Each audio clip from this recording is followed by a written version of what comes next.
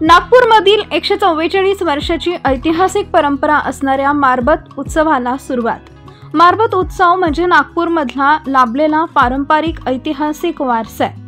नागपूर शहरातील 144 वर्षाची ऐतिहासिक परंपरा असणाऱ्या मारबत उत्सवाला मंगळवारी मोठ्या उत्साहात सुरुवात झाली आहे। पिवळी काळी मारबतीची मोठी मिरवणूक काढली जाते। काळी आणि पिवळी मारबतीसह बडगे तयार केले जातात। मारबत म्हणजे वाईट रूढी, परंपरा, अंधश्रद्धेचं दहन करणं आणि चांगल्या परंपरा विचारांचं स्वागत करणं हा या मागचा एक उद्देश आहे। पिवळी व काळी मारबत यांच्या 2 विशाल मूर्ती तयार केल्या जातात व त्यांची मिरवणूक काढली जाते। या मिरवणुकीमध्ये नागपूरकर मोठ्या संख्येने सहभागी झाले होते।